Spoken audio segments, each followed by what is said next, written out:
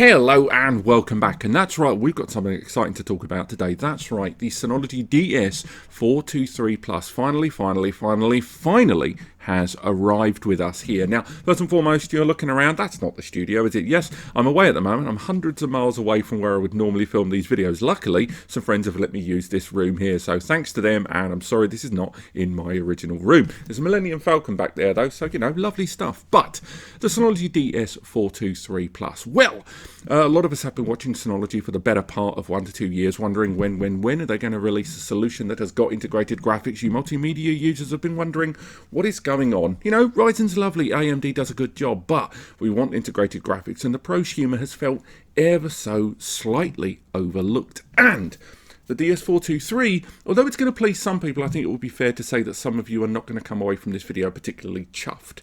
Now, it is a refresh of the DS420. It's appeared online on several retailers right now, mostly in Europe. There's a few out there in the East as well. It's popped up in a few places, and from that, we've been able to garner the majority of the specifications. It's utilising the same 4-bay disk station chassis that we used to and know very, very well. And again, much like the DS420 before it, it is Intel powered, but this time it's a quad-core Intel with integrated graphics.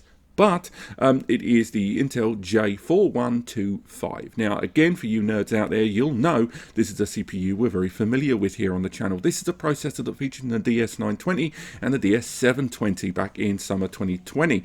And therefore, this CPU, although it is technically an upgrade over the J4025 that was in the DS420 iMahoot parties, it is still a CPU that we've seen already released originally in 2019. This processor, although it's an upgrade over its predecessor, it's not a substantial upgrade, and a lot of you that were wondering about whether to buy the DS920 before or went ahead with it, or have been sitting on the fence, might not be as chuffed as other people that the CPU of choice in this system is going to be that CPU that we kind of already know about, particularly if you were looking at the price of the DS920 in the closing stages of 2022, and you know that was changing hands for 450, 500 nicker, and this device, when it does arrive, is almost certainly going to land somewhere at that 450 to maybe 470, 480 price point there.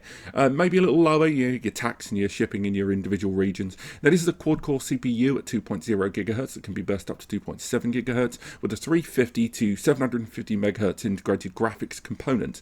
That CPU is also combined with 2 gig of DDR4 memory. So again, 2 gig, not the 4 gig we've seen in the 920 and of course the 923, that more prosumer system overall. And this 2 gig can be upgraded to 6 gig as the 2 gig of memory is soldered to the board. And of course that is Synology DDR4 SODIMM non-ECC memory, because this is a home device. But that 6 gig is a strange number, right? We've got used to it before, but I kind of thought we'd grown out of that in 2023. Now, this is going to perform well. This hardware architecture is going to allow 1080p and 4K playback, as well as transcoding and HEVC conversion supported on there.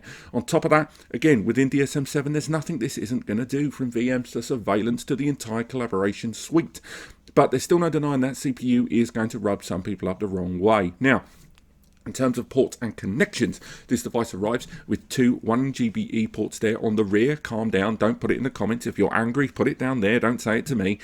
Yes, it isn't going to have the option of that optional 10GBE upgrade slot there. It does have USB 3.2 Gen 1. So again, Synology have been kind of stepping back when it comes to USB support, and this is another example of that. And it lacks the expandability of the DS920 and the DS923 before it. So I think a lot of you might see this as a less exciting upgrade than others. It is still a multimedia NAS, and of course buying this device now with its 3 years of warranty and support and commitment towards DSM is going to be appealing for a lot of you out there, and I do believe this isn't going to be a system restricted in terms of its hard drive or SSD compatibility. So again, you're going to have your options with your Synology media and your third-party WD&C gates. You're going to be covered there. Now, again, we're just talking about the specs in today's video. We're going to dig into a lot more detail because it looks like this system is probably going to arrive very, very soon, if not in the next few weeks, then certainly some point in March. The reason being that it's appeared on a number of these websites where clearly this has been a feed that has been picked up automatically by a lot of e-retailers and e-shops.